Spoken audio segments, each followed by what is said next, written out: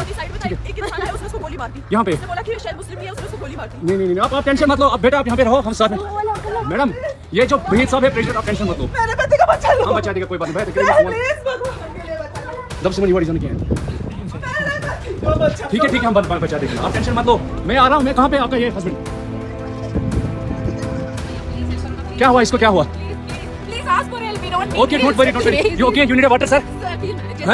Okay, firstly you give him water. Drop of water. Take a drop of water. हमारा है, आप tension कोई बात नहीं। हम हैं हमारे, आप टेंशन मत लो मैडम। हमारा है। कहाँ पे आपका बेटा, कहाँ पे है? कोई बात नहीं, हम इनके साथ हैं। ये प्रेसिडेंट है, वही साहब, ये यूनियन का प्रेसिडेंट है, ये साथ में। आपको कोई टेंशन नहीं मैडम, आप कोई टेंशन मत लें, हम साथ में। अरे मैडम ये प्रेसिडेंट साथ आया है, आपको किसी चीज।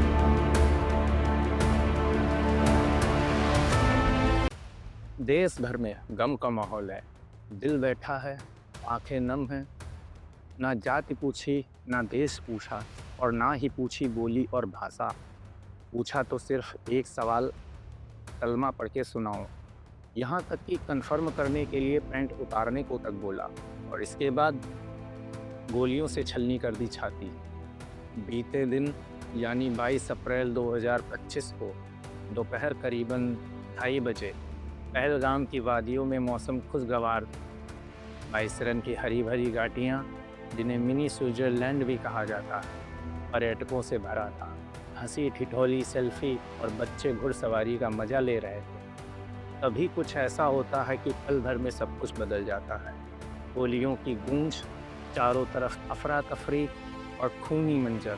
सेना की वर्दी में 4 से 5 आतंकवादी बाइसरन के टूरिस्ट स्पॉट पर जाते हैं, जहां वो उस वक्त 1500 से ज़्यादा टूरिस्टों से भरा हुआ था।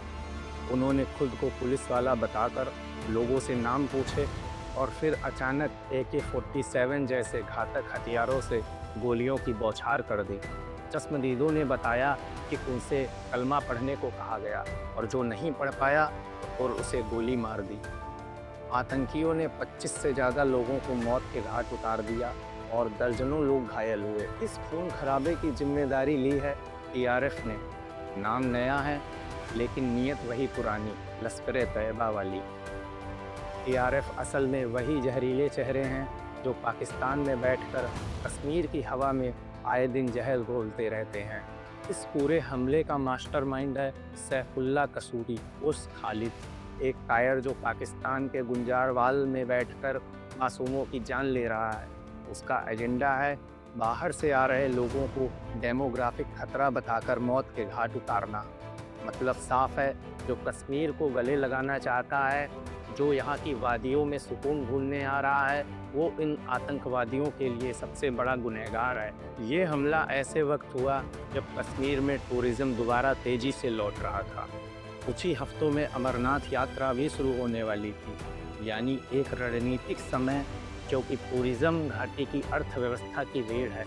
आतंकियों का मकसद है कि डर फैलाना और माहौल को बार बार ख़राब करना। ये हमला पहलगाम से 5 किलोमीटर की दूरी पर बसे बाइसरन घाटी में हुआ। वहाँ सिर्फ पैदल या पौनी यात्रा करके ही पहुँचा जा सकता है। यही वजह थी कि वहाँ पे कोई भी सुरक्षा बल मौजूद नहीं था और ना ही किसी तरह का रेस्क्यू ऑपरेशन संभव था। TRF ने हमले का कारण बताया बाहरी लोगों की बस्ती और पहचान को ख़त्म करना। उनका दावा था कि 85,000 से ज़्यादा डोमिसाइल सर्टिफिकेट जारी हुए हैं, जो जम्मू कश्मीर की जनसंख्या संरचना बदल रहे हैं। यानी आतंक अब सिर्फ बॉर्डर तक सीमित नहीं है, बल्कि डेमोग्राफिक राजनीति का भी औजार बन चुका है। आतंकवादी स्थानीय लोगों की तरह घुसते हैं, यूनिफॉर्म में होते हैं, जिससे उन पर कोई शक ना कर सके, और नज़दीक आकर टारगेट करते हैं, फिर गोलियां चलाते हैं। लेकिन जहां एक और आतंक फैलाने वाले थे, वहीं एक और लोकल पोनी वाले गाइड्स, जिन्होंने बहादुरी दिखाकर घायलों को अपनी पीठ पर उठाकर पोनी से नीचे तक पहुंचाया। क्या हम इसे रोक सकते थे? लेकिन हम रोक नहीं पाए। इसकी वजह सिर्फ एक नहीं, कई हैं, और सबसे बड़ी वजह है सरकारी सिस्टम की नाकामी। पहली बात, इंटेलिजेंस फेलियर। इतना बड़ा ऑपरेशन, हथियारों की प्लानिंग, हथियारों की मूवमेंट, बॉर्डर के पार घुसपैठ, और हमारी खुफिया एजेंसियों को भनक तक नहीं लगी। क्या हम बस रिपोर्ट लिखने और मीटिंग करने के लिए हैं? आखिर कब तक हम अंदेशा नहीं है जैसे शब्द कहकर जानों की कीमत चुकाते रहेंगे। दूसरी बात, टूरिस्ट स्पॉट पर जीरो सिक्योरिटी। बाईसरन जैसे टूरिस्ट हॉट स्पॉट पर एक भी सीसीटीवी कैमरा नहीं, ना कोई स्कैनिंग सिस्टम, ना गार्ड्स, ना इमरजेंसी अलर्ट। इतना भरोसा किस पे था? क्या आतंकियों ने पहले बता रखा था कि वो नहीं आएंगे? और सबसे खतरनाक बात कि टेरर सिस्टम अभी भी जिंदा है। टीआरएस जैसे संगठन अगर आज घाटी में एक्टिव हैं तो सवाल ये नहीं कि वो कहाँ से आते हैं, सवाल ये है कि उन्हें मदद कौन देता है। कौन हैं वो लोग जो देश के टुकड़े करने वालों की आँख नाक कान बने हुए बैठे हैं? कब तक ये लोकल सपोर्ट छुपा रहेगा? क्या बाईसारन जैसे टूरिस्ट जोन में एक ड्रोन गश्त रखना इतना मुश्किल था कि एक भी ड्रोन हवा में होता तो शायद आज दर्जनों जानें बच जाती? लेकिन नहीं, हमारा सिस्टम आंखें मूंद कर बैठा हुआ। टूरिज्म सेफ्टी प्रोटोकॉल्स जैसे QR पास, रजिस्ट्रेशन, टाइम पे एंट्री, ट्रैकिंग, ये सब कुछ एक बेसिक स्टैंडर्ड है। पर्यटकों की सुरक्षा के नाम पे सिर्फ भगवान के भरोसे छोड़ देना ही काफ़ी नहीं है। ना कोई गार्ड चेकिंग, ना इमरजेंसी रिस्पांस सिस्टम। क्या हम टूरिज़्म बढ़ा रहे हैं या लोगों को सिर्फ मौत की सैर पे भेज रहे हैं? घाटी में कौन आ रहा है, कौन घूम रहा है और कौन अजनबी है, ये सबसे पहले वहाँ के लोकल लोग पकड़ सकते हैं। लेकिन सिस्टम को उनकी ताकत और सूझबूझ का इस्तेमाल करना नहीं आता। ना कोई लोकल इन्फॉर्मर नेटवर्क था, ना कोई ग्राउंड इंटेलिजेंस। आंखें बंद थीं, कान बंद थे और नतीजा हम सबके सामने है, खून, लाशें और मातम। अब सवाल ये नहीं कि हमला हुआ कैसे, सवाल ये है कि अब सरकार आगे क्या करेगी। जब उरी में हमला हुआ था तो भारत ने दुनिया को दिखा दिया कि हम चुप नहीं बैठते। अब टीआरएफ को, इनके आकाओं को वैसा ही करारा जवाब देना पड़ेगा, बॉर्डर पार आंखों में आंखें डालकर। अब वक्त है आतंकियों को उनके ही घर में फिर से एक बार घुस के मारने का। अगर घाटी में लोकल मदद मिल रही है तो उसे पकड़कर जड़ से उखाड़ो। हर स्लीपर सेल, हर मददगार, हर मुखबिर, एक एक को पकड़ा जाए और ऐसा सबक सिखाया जाए कि दोबारा ऐसी हिम्मत ना हो।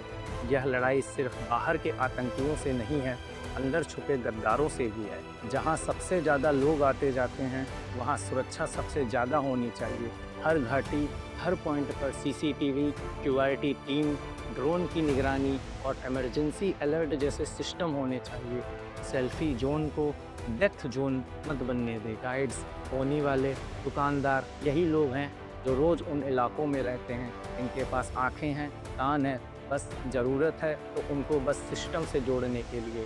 कोई भी अजनबी दिखे, हरकतें संदिग्ध हों तो तुरंत सुरक्षा बल को रिपोर्ट होनी चाहिए। कश्मीर की वादियाँ फिर से मुस्कुराएंगी, लेकिन शांति सिर्फ उम्मीद से नहीं, तैयारी से आती है।